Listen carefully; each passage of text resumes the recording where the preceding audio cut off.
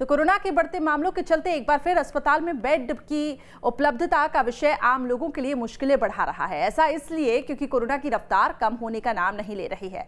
सरकारी अस्पतालों ने कोविड डेडिकेटेड बेड्स की संख्या को घटा दिया है, लेकिन अब जब एक बार फिर से कोरोना संक्रमितों की संख्या में इजाफा हो रहा है तो सरकारी व्यवस्थाओं पर भी सवाल खड़े होने लगे हैं। इस रिपोर्ट में देखिए।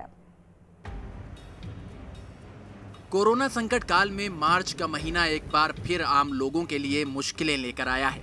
1 मार्च से मध्य प्रदेश में कोविड मरीजों की संख्या में अचानक इजाफा हुआ है और पिछले एक पखवाड़े में जबलपुर जिले में 400 से ज्यादा नए संक्रमित मरीज मिल चुके हैं, जिसके बाद स्वास्थ्य महकमे में हड़कंप मचा हुआ है और एक बार फिर सरकारी व्यवस्थाओं को सुधारने के लिए जद्दोजहद शुरू हो चुकी है।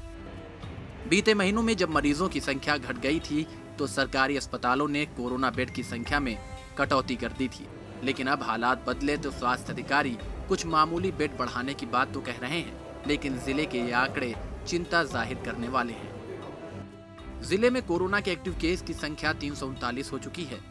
जिला अस्पताल विक्टोरिया में अभी 30 ऑक्सीजन बेड उपलब्ध हैं। नेताजी सुभाष चंद्र बोस मेडिकल कॉलेज अस्पताल में 200 ऑक्सीजन बेड मौजूद हैं। यानी अगर इन सरकारी आंकड़ों पर गौर करें तो फिलहाल सिर्फ 230 मरीजों का ही कोरोना इलाज मुफ्त हो सकता है।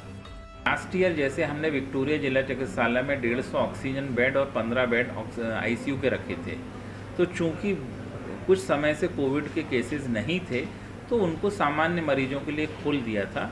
अभी वर्तमान में हमने 30 बिस्तर ऑक्सीजन युक्त कोविड के विक्टोरिया अस्पताल में किए हैं।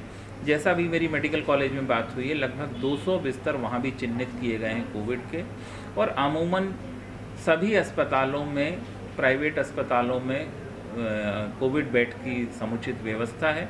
आवश्यकता पड़ने पर वो अपनी संख्या में इजाफा भी कर सकते हैं। 1 साल पहले मध्य प्रदेश के पहले 3 मरीज जबलपुर में ही पाए गए थे। हालात बिगड़े तो आम जनता की मजबूरी का फायदा निजी अस्पतालों ने भी खूब उठाया था। अब एक बार फिर सरकारी लचर व्यवस्था का फायदा निजी अस्पताल उठाने को तैयार बैठे हैं। ऐसे में जरूरी है कि हालात बिगड़ने से पहले सरकारी अस्पताल की व्यवस्था भी दुरुस्त कर ली जाए और पर्याप्त बेड मुहैया करा दिया जाए। Durgesh Kumar, news state, Jabalpur.